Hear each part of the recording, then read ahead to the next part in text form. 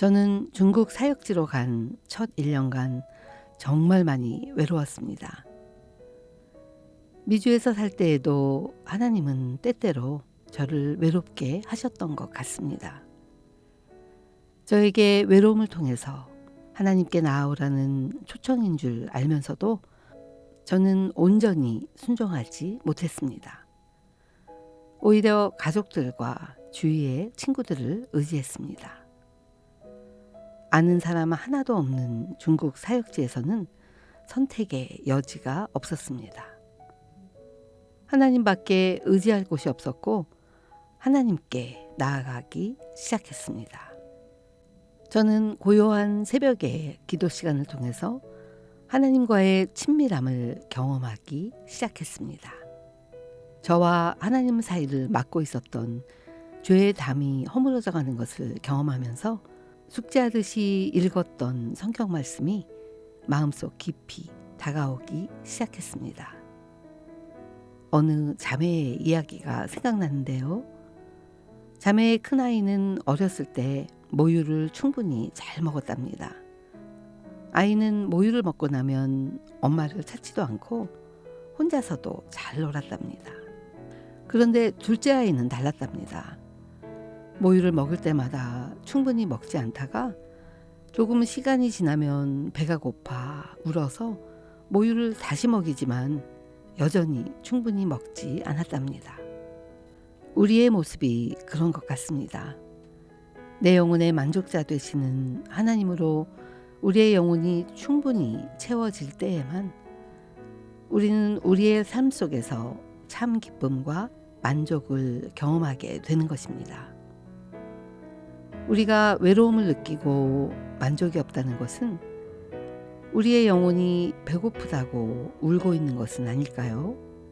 오랜 세월 외로움의 고통 가운데 살아왔던 자매를 상담한 적이 있습니다.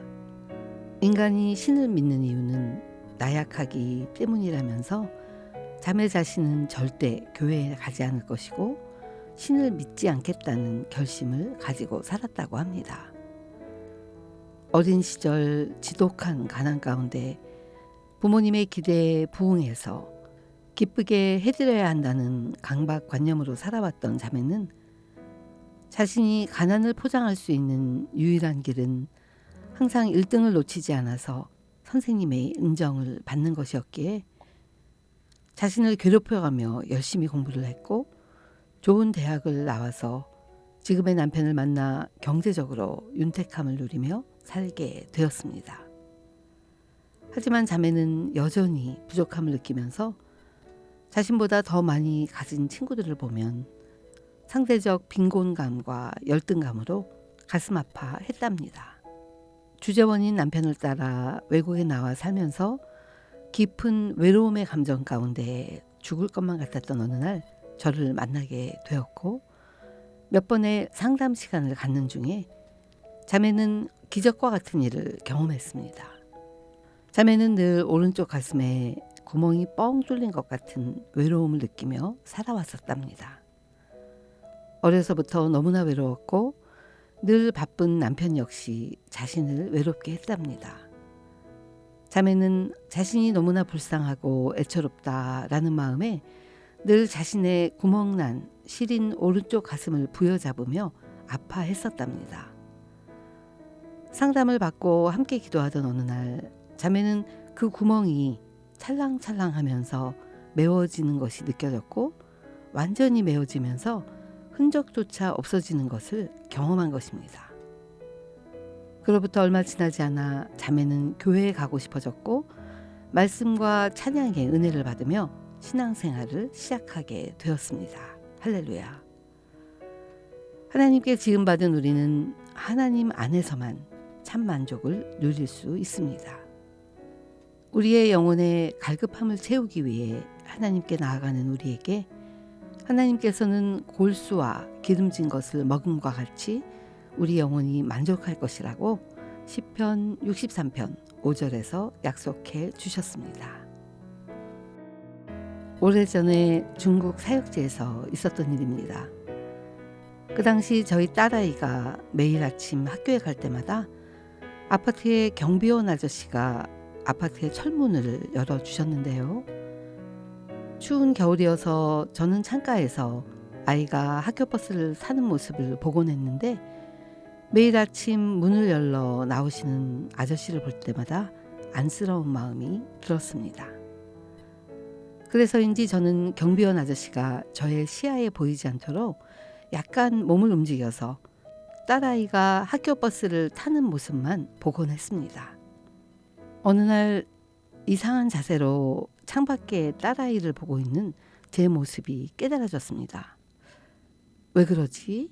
하면서 생각을 해보니까 추운 겨울에 아침마다 문을 열어주는 아저씨의 모습을 애처롭다라고 생각하면서 어린 시절 나 자신이 애처로웠던 그 감정을 다시 느끼고 싶어 하지 않은 저를 발견한 것입니다.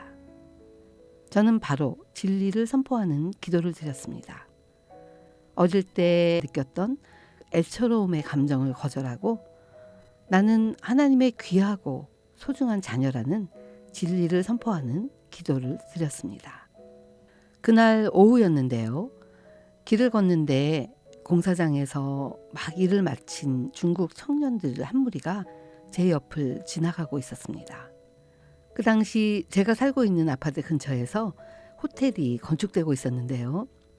그 현장에서 일하는 사람들이었습니다. 그동안 저는 길을 가다가 그런 사람들을 만나면 그들의 얼굴을 보고 싶지 않아서 못 본 척하고 지나갔었는데요. 그날은 왠지 그들의 얼굴을 보면서 그들이 너무나도 해맑게 웃고 있는 모습을 보게 되었습니다. 일을 다 마치고 집으로 돌아가는 기쁜 얼굴들이었습니다. 그때 깨달아지는 게 있었습니다. 아, 저들은 저렇게 기쁘게 살고 있었는데 나 혼자만 애처롭다라는 감정에 묶여 있었구나 라는 깨달음이었습니다. 하나님께서는 우리에게 내가 너를 보배롭게 여기고 너를 사랑한다 라고 이사야 43장 4절에서 말씀하십니다. 내가 누구인지를 아는 것이 참으로 중요합니다. 우리가 지금 그리스도 안에 있고 그분께서 얼마나 우리를 사랑하시고 귀히 여기시는가를 확신하고 산다면 우리는 더 이상 외롭고 애처롭지 않을 것입니다. 다윗은 시편에서 사슴이 시냇물을 사모하듯이 하나님을 사모한다고 고백했습니다. 우리의 갈급함을 통해서 우리는 하나님과의 친밀한 관계를 형성하게 됩니다.